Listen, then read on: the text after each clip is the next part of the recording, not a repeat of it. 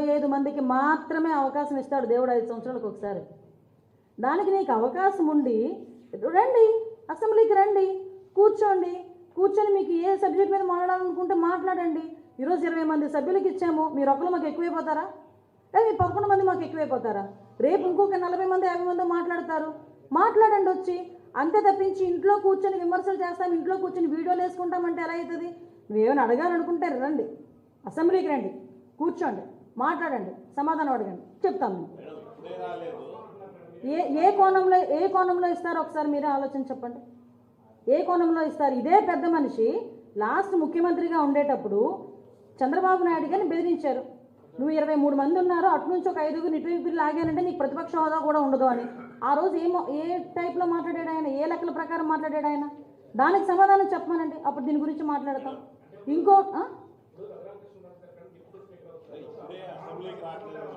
విషయం ఏంటంటే మీరు మానవతా దృక్పథం అంటున్నారు, మాకు మానవతా దృక్పథం కాదు, యాజ్ పర్ రూల్ 2 బాబోయ్ అంటున్నాం.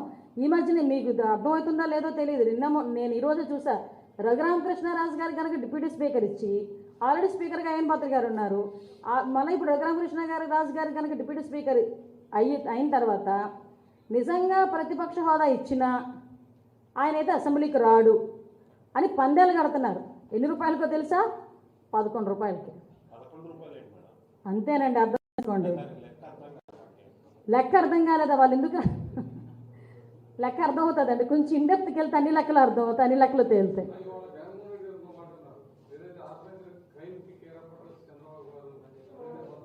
దీన్నే అంటారనమాట, దొంగడు పరిగెడుతూ దొంగ దొంగ దొంగ దొంగ అంటుంటాడట. ఆయనే పెద్ద దొంగ, అందరిని చూసిన అందరినీ దొంగ దొంగ అని అడుగుతుంటాడు అనమాట.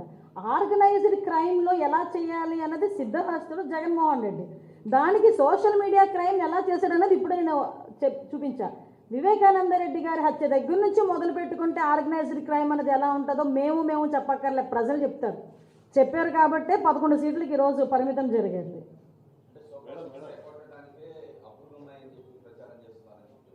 అంటే విషయం ఏంటంటే, ఆలోచన కలిగిన ప్రతి ఒక్కరు, ఆలోచించదగ్గ ప్రతి ఒక్కరికి ఈరోజు మన రాష్ట్రం తాలూకా ఆర్థిక పరిస్థితి ప్రతి ఒక్కరికి అర్థమైంది.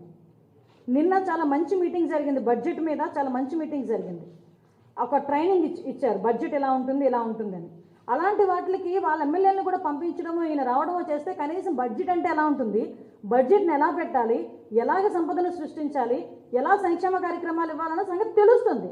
అంతేగాని ఇంట్లో కూర్చొని నేను ఏదో ఉన్న పరదాలు కట్టుకొని నేను వచ్చేసరికి ఏంటది పొగడాలి, జగన్మోహన్ అని ఒకడు, నాయన ఈ నాయన అని ఒకడు మాట్లాడడం అది